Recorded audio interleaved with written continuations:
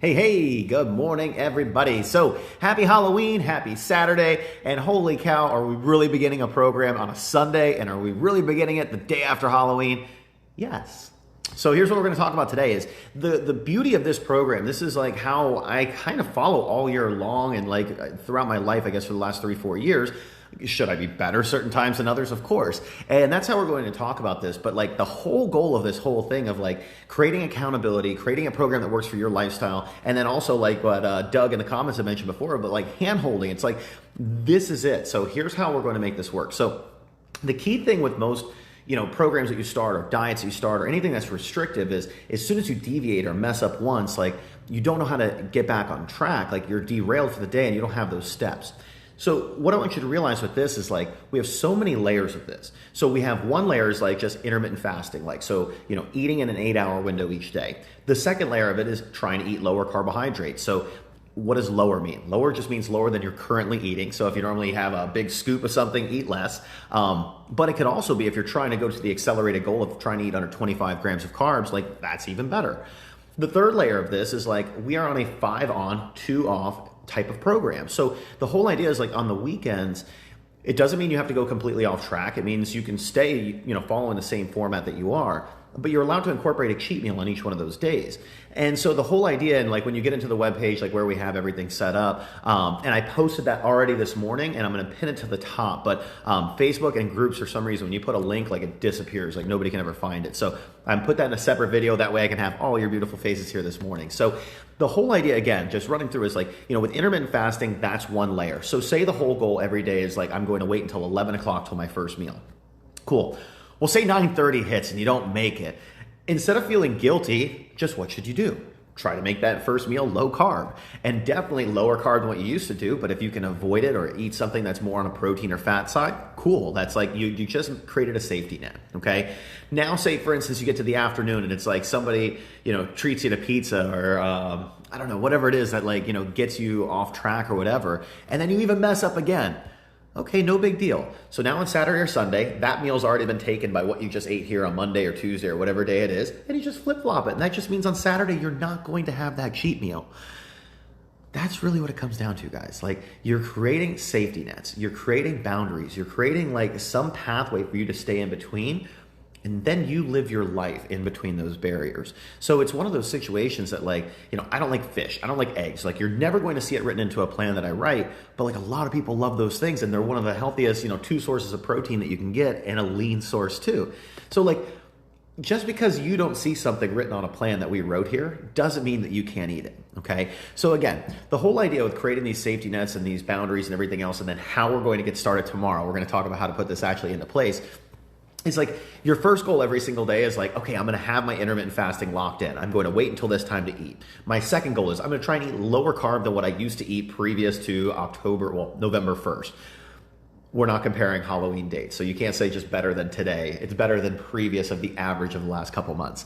So the next part is like, ooh, if I can keep it real low, I'm going to try and get below 25 grams of carbs for the day. The next layer is like, ooh, I get 2 cheat meals this weekend. So even if I mess up today, I'm just not going to have that one on the weekend, and everything washes out. So that's how you want to keep everything at least rational in your head so you can stay on track, because the most discouraging thing is to mess up and not have a way to course correct. This is going to be your fail safe to always find your way back onto the plan, because like just the next meal, it's like, okay, cool. I got to make sure it's lower carb. Cool. I got to make sure that it, falls into my windows of eating. Like done. That's it. Like you don't have to overthink this. Now, for the people that are very calculated and like to be very analytical with things, like MyFitnessPal is a great tool, and you can actually use that along with this. Carrie Ann has shared an intermittent fasting clock or calendar, something like that keeps you on track as well as far as your hours and timing of food intake. Cool.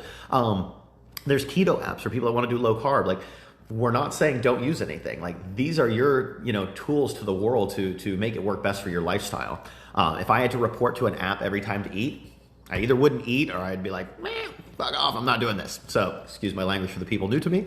But it's just a situation like you need to make things work for you. To me, I can have like a paper outline, and I'm like, okay, cool. I'll follow that for the first like 2-3 days, and then I start finding my path to the foods I like. But sometimes you just need that roadmap to get started. So, roadmap is tomorrow. Tomorrow is the day after Halloween, the day that your house is going to be filled with candy. You've probably picked through the ones that you already like tonight, so there's not going to be as many of those tomorrow. But you got a couple different options. So one, the first goal should just be, since you know you're probably going to dig through that candy tomorrow, make sure you fast. If anything, if it's your first day fasting, like it'll be a nice little challenge for you. And so when you do have your candy bar later in the day or something, maybe you won't feel as guilty. But no, rule number one should be you're fasting tomorrow. Goal two is if you've already fasted previously, extend it an hour or two. So instead of making your eating window 8 hours, shrink it down to 6, okay? The third option is eat some freaking candy tomorrow afternoon. Like, just make sure you fast, enjoy your candy, and you're cool there, all right? And then I guess the last option would be if you're just one of those people that's like headstrong, you don't care about candy, you don't have temptations in your life, you're not human, then just jump full into the program tomorrow and get started. But otherwise, tomorrow is your breaking in period. Tomorrow should probably be a great day to practice fasting for people. The whole goal, again, is like if you have breakfast tomorrow morning at like, say, 9 o'clock with family, you better work your ass backwards tonight and figure it out that like, oh, 7 o'clock is my last meal tonight. So you better get out trick-or-treating early. You better pick through your favorite candies. But if you guys see how we're working through this, it's like, you're creating these boundaries. So even if you go out tonight, ooh, boom, 7 o'clock, I got to cut it off. Like, that's your first challenge right there. Tomorrow morning, like, ooh, can't eat till 9. Got to make sure, boom, I get my meal. You know, so it's like you start working these things out, guys, and it really simplifies the process. So tomorrow's day one. What I want for your homework, guys, in the comments below, and I'm going to leave this as my first comment up above, but I want you to share, like, are you going to fast tomorrow? Are you going to try and go low carb tomorrow? Do you have a candy bar goal tomorrow? Or are you just going full on to the program? So let me know what you guys are doing down in the comments below. And again, like I've asked every time, if you guys could like, heart, any of those different things. If I made you laugh, then put the laugh. But any of those comments to the 3 left side or reactions to the left side, that way it keeps popping up in people's feeds as they jump on here today. Otherwise, again, like something with groups, it just seems to get buried in the comments down there. So thank you guys so much for joining me this morning. It's Halloween. Happy Halloween, guys. I have a Halloween t-shirt. I don't have a costume, but Bryn's going to be a pineapple, so she'll be cute. Anyway, guys, I hope I get to see all your pictures tonight, seeing everybody dress up, seeing everybody at the gym last night was really cool dressing up, so exciting. It'll be a weird Halloween, but it's still Halloween. See you guys. Ooh, and a full moon. Ow!